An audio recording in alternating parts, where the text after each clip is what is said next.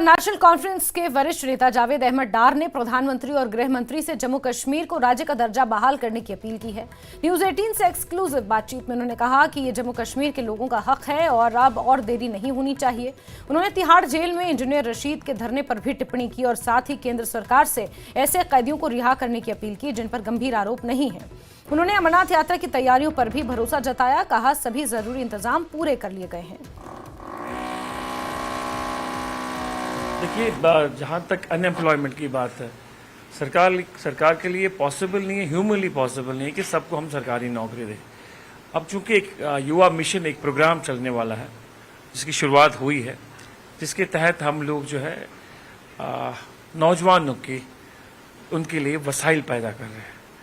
उनको centre, state और centre की सहायता से उनके लिए वसाइल पैदा किए जाएंगे ताकि वो अपने रोजगार को तलाश करें। उसके लिए वो पॉलिसी आज मुझे लगता है कि आज सीएम साहब ने फॉर्मली उसकी इनॉग्रेशन की है, युवा मिशन की, जिसके तहत मेरे ख्याल से 1,37,000 के करीब जो है हमने नौजवानों को टैप किया है, जिसमें 2-3 कंपोनेंट्स हैं। उन कंपोनेंट्स को देखा गया।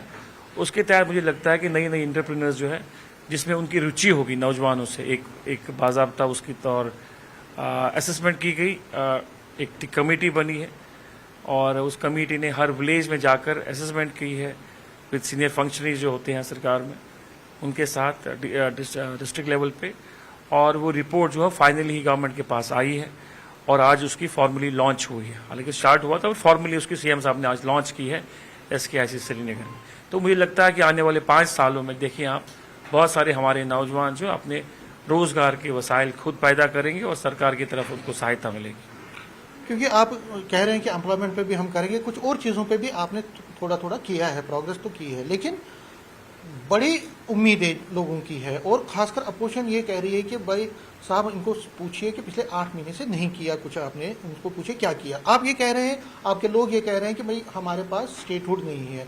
तो आपको क्या लगता है कि जो रियासत का दर्जा नहीं है, रियासत का दर्जा नहीं मिला है, इसके लिए आपके हाथ जो है इस वजह से बंधे हुए हैं, इस वजह से बहुत कुछ आप नहीं कर पा रहे? मुझे बताइए क्या करना चाहिए था।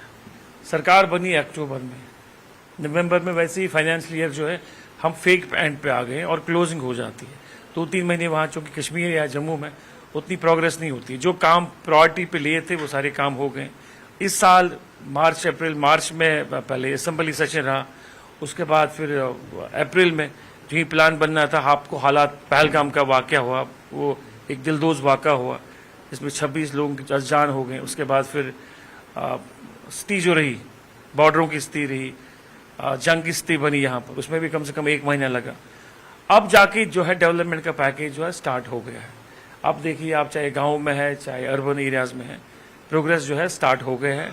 और जो प्लान्स जो मुरतब हुए थे, जो ऑनरेबल MLAs ने 3 कंसल्टेंट विद जो हमारे फिनेंस डिपार्टमेंट के, जो ऑनरेबल सीएम साहब की कमिटमेंट्स थी उनके साथ, वो सारी चीज़ें जो है अब स्टार्ट होने वाली है, अब स्टार्ट हो रही है। और मुझे लगता है कि इंशाल्लाह रहमान जो आने वाला वक्त होगा 3 साल 4 साल जिसका हमें टाइम मिला है, उस 3 साल के वक्त में आप सारी वो चीज़ें जो है पाओगे आप।